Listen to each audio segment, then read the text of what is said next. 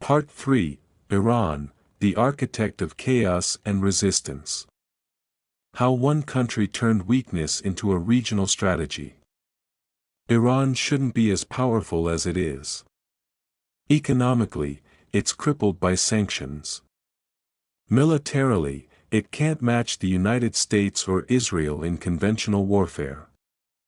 Its population is restless. Its currency has collapsed repeatedly.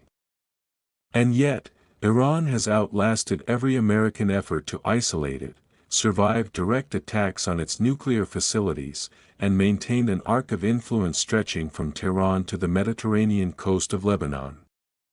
How? The answer is a strategy called the axis of resistance, and it is one of the most innovative approaches to asymmetric warfare in modern geopolitics. The logic of proxies. Rather than building a large, expensive conventional military that would lose against American technology, Iran built a network. Hezbollah in Lebanon, an army within a state, with an estimated 100,000 fighters and a missile arsenal that can reach every corner of Israel. Funded, trained, and commanded, in all but name, from Tehran. Hamas and Palestinian Islamic Jihad in Gaza, not Shia like Iran, but aligned through the shared goal of resistance against Israel. The Houthis in Yemen, who became globally famous in 2023 and 2024 by targeting commercial shipping in the Red Sea, forcing the U.S. Navy to commit major resources thousands of miles from Iran's borders.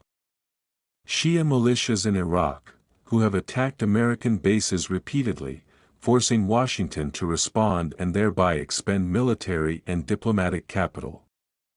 Each group operates independently enough to give Iran plausible deniability.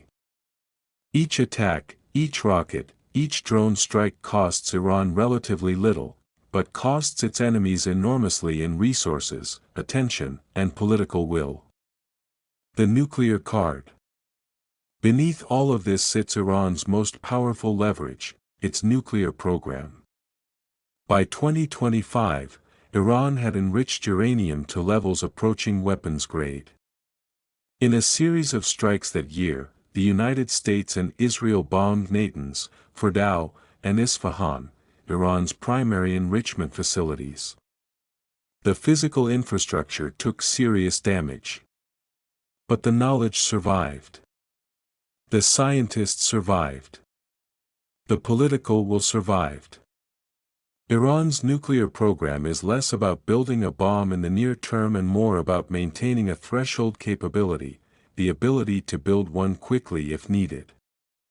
This ambiguity is itself a form of deterrence. No adversary can be certain Iran won't cross that line. The 2026 confrontation. When U.S. and Israeli forces conducted operations in February 2026, including the assassination of Supreme Leader Khamenei, Iran activated every lever it possessed. Hezbollah fired rockets and drones into northern Israel. Houthis targeted shipping. Iranian ballistic missiles were launched at Israeli territory. For the first time in history, Iran and Israel were engaged in direct, open military exchanges.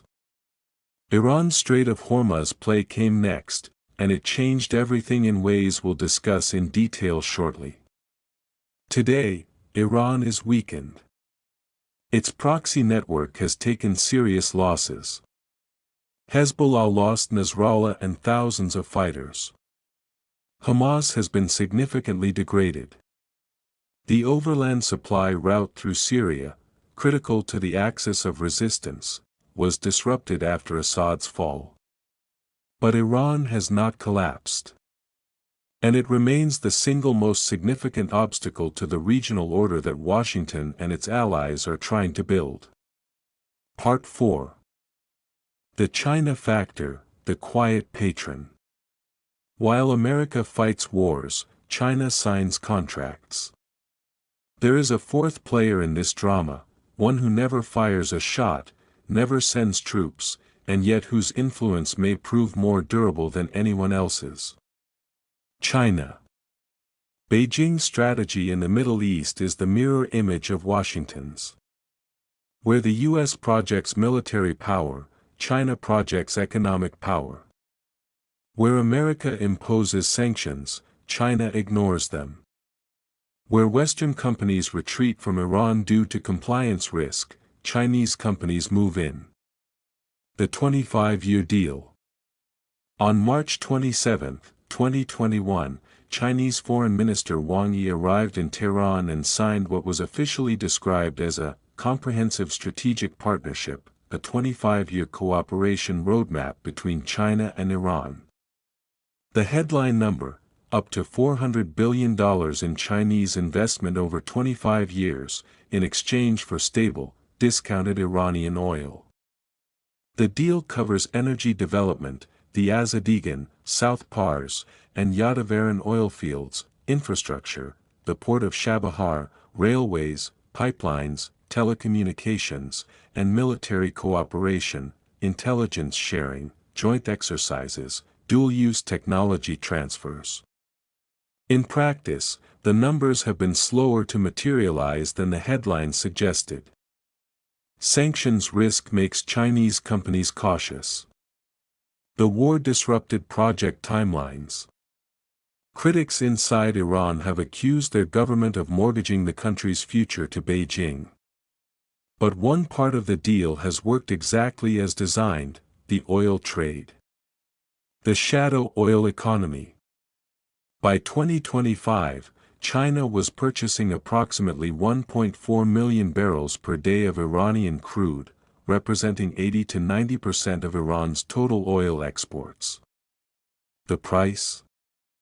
Roughly $8 to $12 below the market rate per barrel. The mechanics are deliberately opaque. Iranian tankers turn off their transponders. They rendezvous at sea with other vessels flying different flags. The oil gets relabeled as coming from Malaysia or Indonesia. It arrives at small, teapot refineries in China's Shandong province, facilities that operate somewhat outside the main state oversight and don't fear secondary sanctions the way larger corporations do.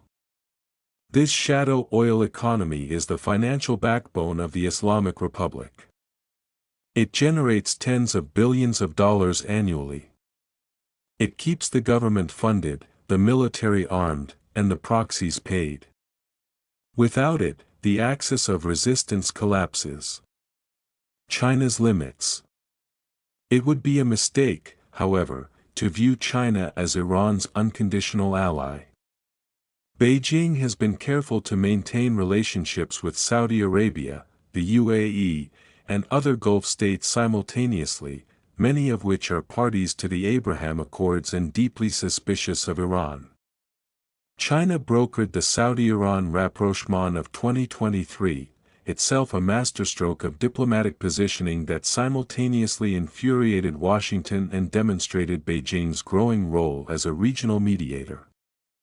When the military confrontation intensified in 2025 and 2026, China called for ceasefires. It condemned the American and Israeli strikes on Iranian nuclear facilities. It helped mediate alongside Pakistan. But it did not send weapons. It did not send troops. It did not formally invoke any mutual defense obligations. China's bet is simple: let the Americans spend blood and treasure on military dominance, while Beijing accumulates economic leverage and diplomatic credibility. In 20 years, China wants to be the indispensable partner for every country in the region: Iran and Saudi Arabia, Israel's neighbors and Israel's friends. It is, in many ways, the most sophisticated geopolitical play in the game.